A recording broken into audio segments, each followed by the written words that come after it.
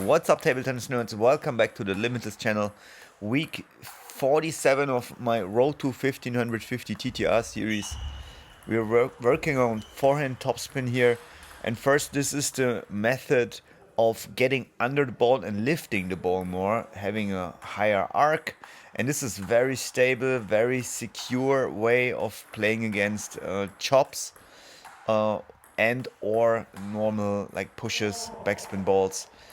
And I trained this for some feeling, but then we wanted to go for power, like for really going through the ball.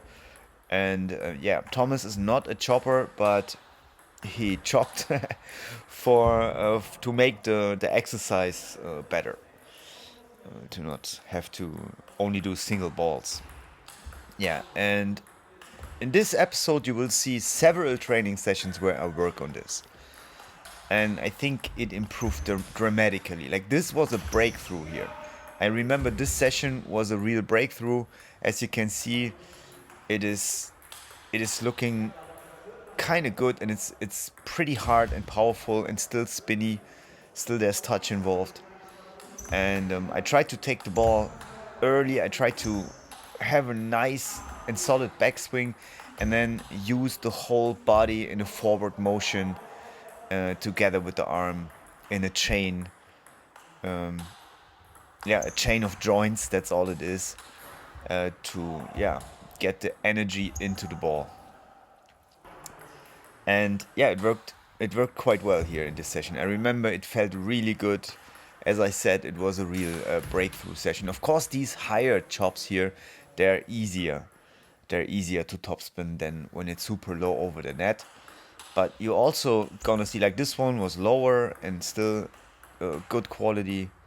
Was able to play it with good quality. These ones are higher again, and I'm able to maintain this for a few shots, which is also very good. Remember, if you follow this for longer, you know that I have a lot of problem with body tension, especially in the forehand topspin. And this one, here you could see, I'm showing my shoulder here because I can feel it in the shoulder, in the wrist, and then it always looks like a bit mechanical, robotic. But here again, pretty good. And a training method that Thomas and me, I had the idea because I did this in martial arts a lot at the end of my martial arts career, but more of this later.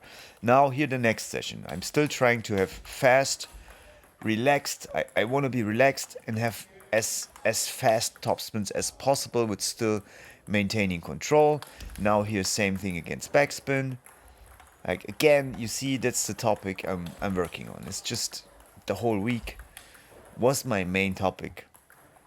Didn't pay attention on other things that much. But I really want to learn the topspin now, to a degree that I can stick with it for a while. Like, you see, very low serve, not the easiest one, still okay. My left leg is still going back. I don't move forward like here again. But if it needs to be like this, maybe at this stage, other than that, double chop. Very important to have fun in training. It's so important, in my opinion. Now here it's an exercise. I play forehands until Noah blocks me in the backhand. Then I have to play backhand, and then it's free.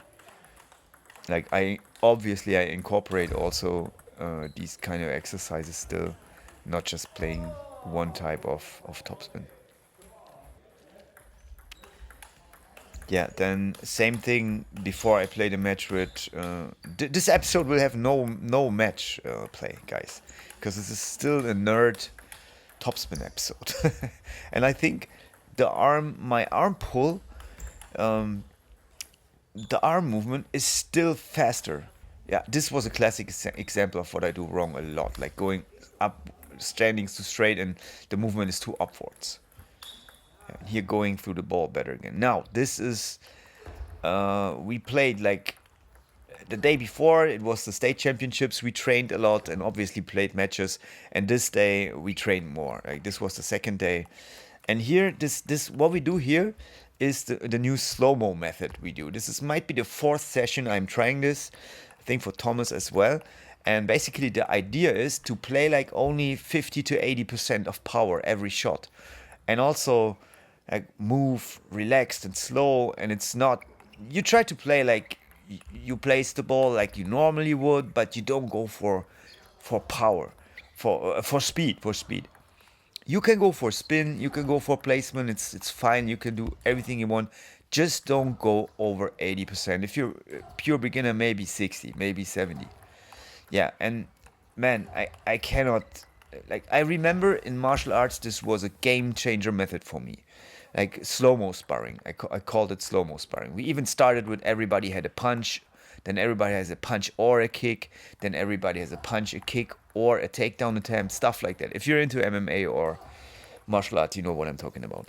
And here it's, you can start with a serve, you can start with a normal rolling serve, whatever you want. And then as you can see, we're super relaxed, moving quite well. You have to keep moving. Just because you play slower doesn't mean you can stop moving, or have an upright body position, and you know everything you should do goes down the toilet, and you just, yeah, hit the ball with 50%. No, that's not it.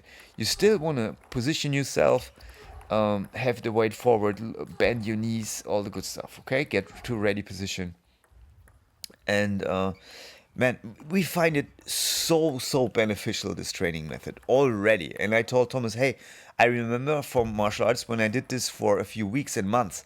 That's when it really started to kick in. Look, I mean, super relaxed topspin rally. I mean, this looks like table tennis right here. I'm surprised.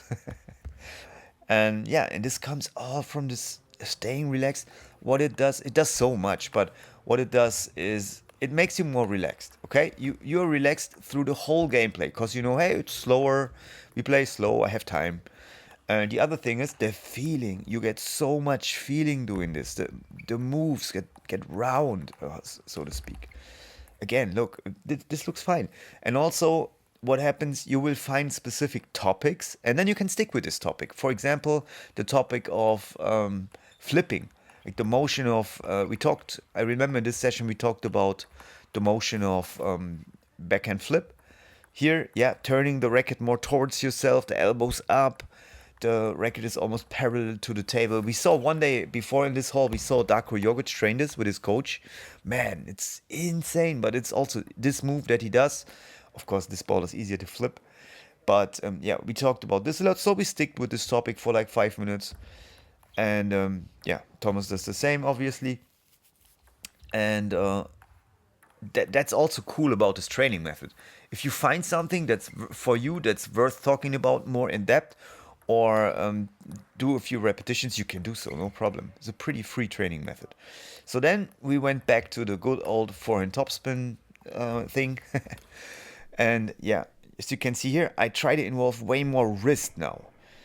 Like this day, I really had the wrist epiphany. So trying to use the wrist to maximum. Also relax the wrist. It's the last part of the chain. So maybe you can argue the fingers, there are joints too, but let's say the wrist for now. And it's the last part for me of the chain. And I really had an epiphany about the wrist here. And also, if I used more wrist, the movement felt much more easy. Like I had to spend less energy to get the same speed or even more speed. Yeah, it's just, I can just repeat myself. It's a game changer.